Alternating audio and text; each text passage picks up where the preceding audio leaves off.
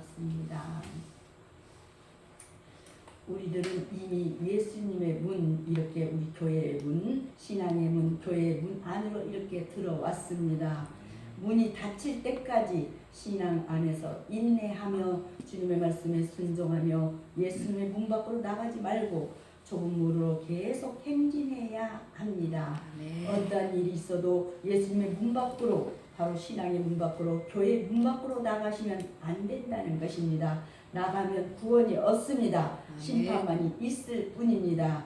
오늘 말씀의 완성자 예수님, 하나님은 우리의 구원을 위해 큰 계획을 하셨습니다. 빛은 어둠을 몰아내고 그 빛을 발휘하는 것처럼 우리는 이 세상에서 그리스도의 향기와 빛을 발휘해야 합니다. 빛의 열매는 모든 착함과 의로움과 진실함이 있다고 에베소서 5장 9절에 말씀하고 있습니다. 또한 이같이 너희 빛이 사람 앞에 비추게 하여 그들로 너희 착한 행실을 보고 하늘에 계신 너희 아버지께 영광을 돌리게 하라고 오늘 16절은 말씀하고 있습니다. 그 계획의 완성은 구주 예수님이 오심으로 이루어졌습니다. 구주 예수님을 기다리는 사람들에게 하나님은 예수님이 오신다고 예고하셨습니다. 하나님은 사람들에게 구주 예수님을 맞아들일 마음의 준비를 하게 하셨습니다. 예수님 우리에게 천국 보물을 이렇게 알려주심으로 하나님의 말씀을 완성하셨습니다. 어느 시대, 어느 문화에서나 교훈과 가르침이 있습니다. 교훈과 가르침이 바로 그 수준이 높고 다양하면 소위 말하는 문화, 그런 국가 혹은 문화 공동체라는 말을 듣습니다.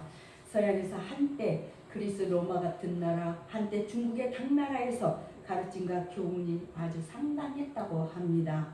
이런 나라들은 철학이 발달하고 문화적으로 융성했습니다. 주변 나라들이 많은 영향을 또 끼쳤습니다.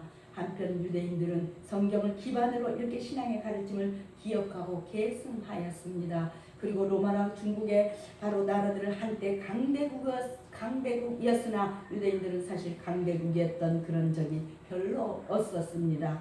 그러나 성경이 서양 철학에 바로 영향을 끼쳤고 서양 철학의 역사, 문화, 그런 역사는 성경과 떼어놓고는 생각할 수조차 없습니다. 고대로부터 중세를 거쳐 근대까지의 그런 서양의 음악과 미술은 그래서 거의 성경을 중심으로 한 것이었습니다.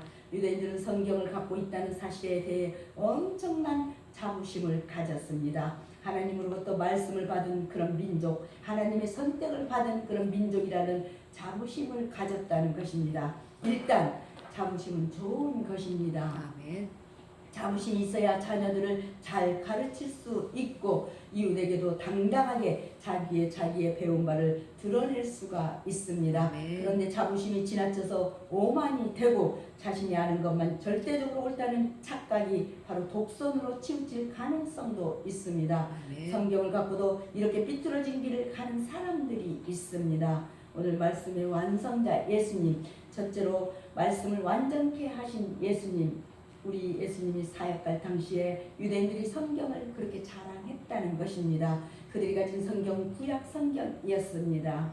예수님이 율법과 선지자라고 말씀하시는데 사실은 율법책과 선지자들의 책, 즉 구약 성경을 의미합니다. 구약 성경은 바로 율법서, 예언서, 성문서로 구성되어 있습니다. 히브리어로 하면 토라, 느비, 바로 케투빔이라고 하는데 앞에 글자에 몸을 붙여서 티나크라고 말하기도 합니다. 유대인들이 성경을 자랑하기는 하는데 성경을 해석하고 적용하는 데 있어서 자기들에게 편리하고 좋은 쪽으로만 이렇게 치유합니다. 우리도 그런 거 많지요. 이런 행위를 아전인수라고 합니다. 예수님이 보시기에 유대인들의 성경 해석과 적용이 아전인수로 보입니다. 예수님은 산상수훈에서 유대인들의 생각이나 전통과는 전혀 다른 파격적인 전환의 말씀을 하셨습니다. 예를 들어서 살인하지 말라는 율법을 들었지만 형제를 향해 욕을 하고 정당한 이유 없이 화를 내며 폄하한다면 지옥불에 떨어질 것이라고 말씀하셨습니다. 즉 행위의 죄도 있지만 생각과 입술의 죄도 행위의 죄만큼 크다는 것을 알려주셨습니다. 예수님의 파격적 그런 전환의 말을 듣는 유대인들은 예수님을 향하여 구약 성경을 파괴하는 사람이라고 비난할 것입니다. 예수님은 당신을 향한 비난이 돌아올 것을 이미 알고 계셨습니다. 그래서 파격적 전환을 말씀하시기 앞서서 구약을 완전케 하려고 왔다고 말씀하셨습니다. 그리스도께서는 말씀을 통해 율법과 당신과의 관계를 분명히 밝히고 있습니다. 즉 그리스도께서 가지고 오신 복음은 율법을 폐하려 함이 아니요 완전케 하려 함이라고 청명하고 계신 것입니다. 그분은 바로 분명히 율법의 권위를 인정하며 그 권위 있는 율법의 정신을 완성하기 위해서 오신 당신 또한 권위 있음을 인정하고 계십니다. 따라서 이 부분에서 우리가 유의할 것은 그리스도께서 하나님의 율법을 경홀히 여기라고 하지 않았다는 점입니다. 즉 어떤 죄인도 율법을 어긴 자신의 악한 행위를 회개하지 않고서는 그리스도의 바로 의롭게 하시는 은총이 참여할 수 없다는 것입니다. 오히려 복음서에 나타나는 그리스도의 용서하시는 자비는 신자로 하여금 더욱 철저하게 바로 자기의 죄를 깨닫도록 이끌고 있습니다. 그러므로 그리스도에게 있어서 바로 율법 준수는 더욱 당연히 해야 할 의무이고 그리스도인은 그 안에서 기뻐할 수 있는 것입니다. 그러나 만약 그리스도의 제자라고 하는 사람이 하나님의 율법에 불순종하며 다른 사람에게도 그와 같이 가르친다면 그가 아무리 높은 지위와 명성을 가졌다 할지라도 그는 더 이상 그리스도의 참된 제자가 아닙니다. 오늘 이렇게 말씀을 완전케 하신 예수님께서 두 번째로 말씀을 모두 이루신 예수님의 파격적인 율법 해석을 듣는 유대인들은 적잖이 당황할 것입니다. 아니 황당해 할지도 모릅니다. 왜냐하면 그동안 자기들이 알고 믿던 신념들이 깨지기 때문입니다. 신념이 깨지면 자신의 존재성마저도 깨지는 혼란을 겪습니다. 그때 사람들은 두 가지 반응으로 나타납니다. 하나는 파격적인 말씀을 받아들이고 자신의 삶을 재정리하는 것입니다. 다른 하나는 파격적인 말씀을 하는 사람을 향해서 분노하고 없애버리자고 하는 생각하는 그런 것입니다. 예수님 말씀을 받아들이고 새롭게 사는 사람이 있습니다. 하지만 예수님 말씀에 분노하고 또한 예수님을 해치려는 사람이 훨씬 많았습니다. 예수님을 해치려는 그런 사람들은 예수님이 율법의 조항을 마음대로 수정하고 율법을 없애버리려는 의도를 갖고 말하고 행동한다고 오해하고는 예수님을 공격합니다. 하지만 예수님의 의도는 하나님의 말씀과 율법이 그대로 이루어짐을 사람들에게 가르치는 것이었습니다. 그래서 예수님이 이렇게 단언하십니다. 오늘 18절의 말씀입니다. 천지가 없어지기 전에는 율법의 1.1획도 결코 없어지지 아니하고 다 이루리라고 말입니다. 히브리어는 점처럼 이렇게 된 글자로 되어 있습니다. 문자는 점과 핵으로 되어 있습니다. 문자는 그런 의미를 갖고 있습니다. 하나하나 그 의미를 갖고 있죠. 하나님은 문자를 통해서 말씀하셨고 문자로 기록된 말씀은 단 하나라도 사라지지 않고 모두 이루어집니다. 하나님의 계획이 있기 때문입니다. 그리스도의 의로움만이 율법의 완성을 가져옵니다. 그리고 이러한 그리스도의 의로움은 믿음을 통해서만 우리에게 이렇게 딱 전가되며 그것만이 모든 사람을 하나님의 나라와 영광이 참여케 합니다. 특히 성령에 의한 그런 마음의 변화는 그래서 사람의 기질과 행동을 철저히 변화시켜서 우리로 하여금 그리스도의 의를 닮아가도록 도와주는 것입니다. 아까 우리 전사님 성령의 치 있을 때 이렇게 하셨다고 했죠. 세 번째로 말씀 모두를 인정한 예수님. 하나님의 말씀인 율법에는 계명이 있습니다.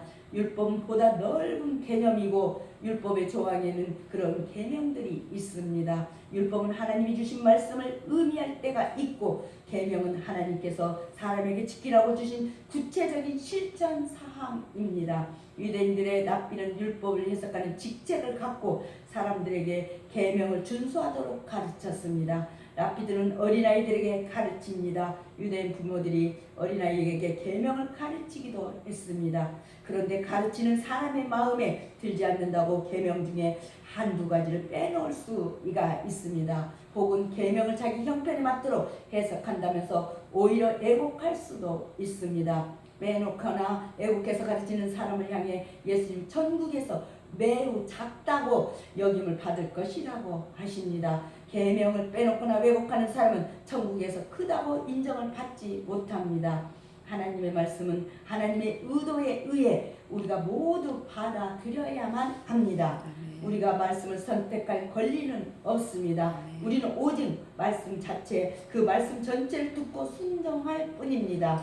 요한계시록 22장에 보면 또 19절에는 말씀을 빼놓는 사람은 생명나무와 거룩한 성에 참여하는데도 빠질 것이라고 했습니다. 예수님 당시에 이렇게 율법 학자들 중에서 말씀의 일부를 삭제하거나 왜곡하는 사람이 있고 교회의 역사와 중세 시대에도 있었으며 지금 현재 오늘날에도 있습니다. 말씀 모두를 인정하고 정말 모두를 인정하는 믿음이어야 한다는 것입니다. 예수님 말씀하시기를 내가 율법을 폐하러 온 것이 아니요 완전하게 하려 함이라고 오늘 17절 말씀하셨습니다.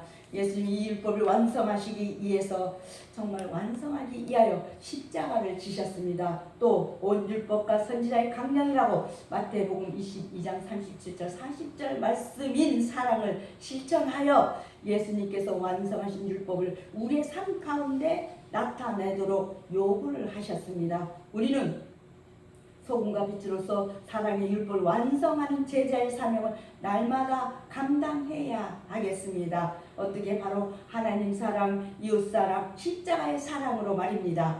그러려면 마지막으로 말씀의 의를 강조한 예수님, 말씀을 이렇게 사모하고 말씀을 연구하며 잘 실천하는 사람을 우리 예수님이 기뻐하시고 칭찬하십니다. 그런데 한 가지 중요하게 기억해야 할 일이 있습니다. 말씀 중심의 신앙이 반드시 필요한데 말씀 중심의 신앙을 산다면 자기 의를 내세우는 일입니다. 말씀을 많이 하는데 많이 안다고 교만에 빠지는 사람이 있습니다. 교만하면 안 된다는 그런 말씀을 알면서 말씀과 반대되는 마음을 갖습니다. 자기는 말씀을 그대로 믿고 다 순종한다면서 자기의 의를 내세우는 사람도 있습니다. 다른 사람들은 말씀에 불순종하는 반쪽짜리 신앙생활을 하고 자기는 말씀을 순전하게 잘 지킨다고 자랑하면서 오만한 그런 생각을 갖는 사람도 그런 사람이 있습니다. 누가복음 18장 10절의 이하를 보면은 예수님 당시 그런 바리새인들은 시장 한복판에서 기도하면서 자기 의와 행위를 드러냈다고 했습니다. 한편 세리는 자기를 죄인이라 칭하며 가슴을 치면서 회개하였다고 했습니다. 이를 본 예수님이 말씀하셨습니다. 14절 18절 말씀입니다. 무릇 자기를 높이는 자는 낮아지고 자기를 낮추는 자는 높아지리라. 이렇게 껍데기로만 의롭다는 사람을 예수님이 칭찬하지 않으십니다. 예수님 말씀을 듣고 의롭게 살려는 사람들 향해 서기관이나 바리새인보다 더 나아야 한다고 강조하십니다. 그렇지 않으면 천국에 들어가지 못할 것이라고 하관하셨습니다. 겉으로 나타난 행동은 물론 내면에까지 이렇게 의로워야 하기 때문이 아닌가 싶습니다. 우리는 복수 대신 용서하고 분노 대신 화목하고 이렇게 미움 대신 원수를 사랑해야 합니다. 우리가 한 주간 이렇게 살아가면서 이웃에게 따뜻한 손을 내밀고 다정한 말로 용기를 주는 사랑의 전달자가 되십시다. 미움과 남을 헐뜯는 세상에서 의로운 빛의 역할을 감당하는 우리 성도들이 되십시다. 오늘 이 땅에서의 삶은 내세 삶을 결정하는 요인이 되기도 한다고 합니다. 더구나 하나님은 우리의 마음까지 살피시는 그런 분이십니다. 겉으로 의로운 척하고 사람들에게 인정을 받을 수 있어도 하나님은 속일 수가 없습니다. 우리가 이렇게 기회가 있을 때 우리가 이렇게 대문을 열고 또 우리가 교회 문을 열고 나가 이웃을 또 돌아볼 수 있는 그리스도인이 되어야 합니다. 재물이 아니라 하나님을 선택할 수 있어야 합니다.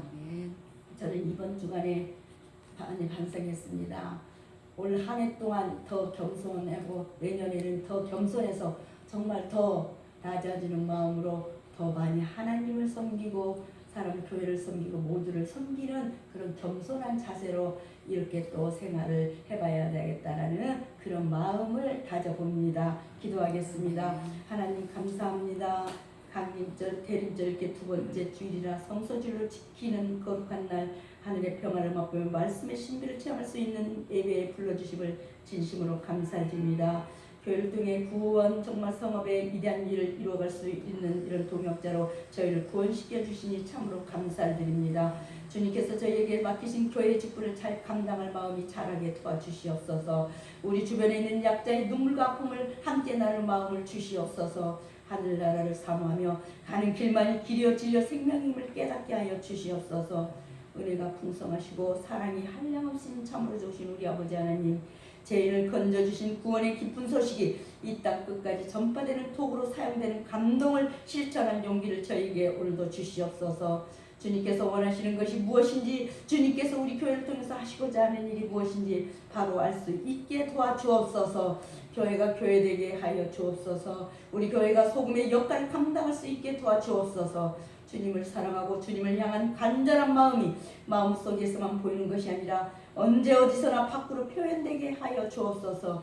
주님의 이름으로 많은 이들을 구원하고 평안을 이루는 삶을 살게 도와주옵소서. 길이요 진리요 생명이신 예수님의 이름으로 감사하며 기도드리옵나이다. 아멘. 우리 찬송가